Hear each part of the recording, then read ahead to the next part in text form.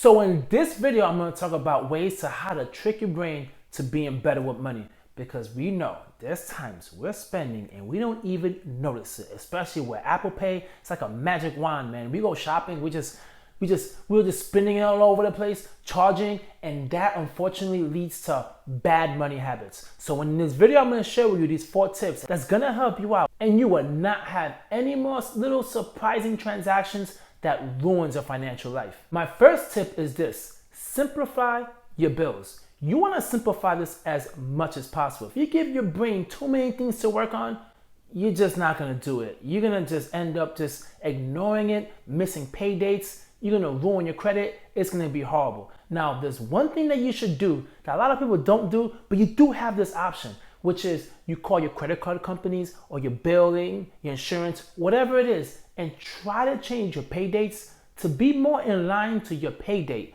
preferably a day after. Let's say you get paid on the 15th and the 31st. Well, try to have your bills come out on the 16th and then the other one come out on the 1st. That way you're not going to be confused and not knowing what is going to be paid when. If you have it be in charge all these random dates within your account, it's going to be difficult to keep track of all your bills. What you also could do to simplify your bills is minimize your credit card usage. I seen a video where someone had 50 credit cards to get all these reward points. I mean, that was insanity. Imagine making 50 payments on all these cards.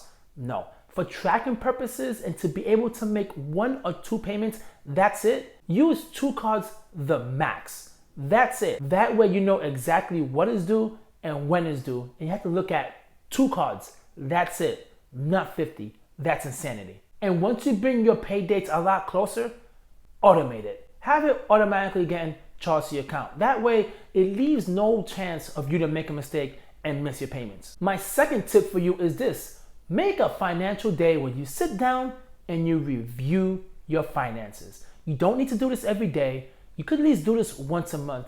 I recommend doing it at least every other week.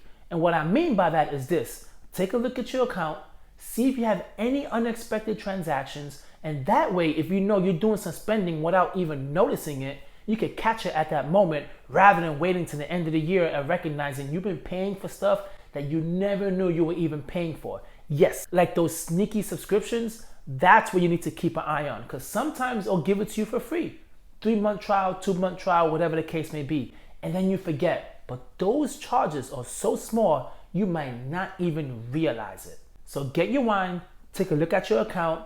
It will be easier, especially after you do it the first time, and it should be 15 to 20 minutes the most. My third tip is this: make spending harder. Now, what do I mean by that? If you have a phone that has Apple Pay on it, remove it. Because what happens is, if you leave your wallet in the car, you always have your phone. You can pay every single where you go, especially when you go online. It has options now where you could use Apple Pay.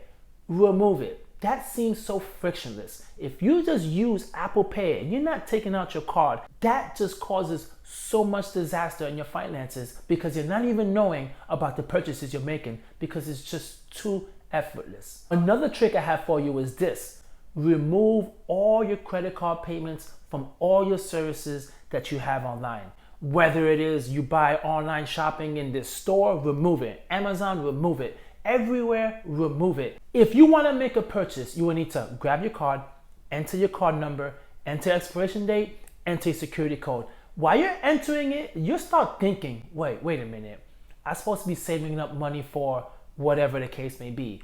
Do I really need this? That gives you a time to stop and think, and that will make your purchasing a lot harder. And my fourth tip is this: have a savings goal and be very specific.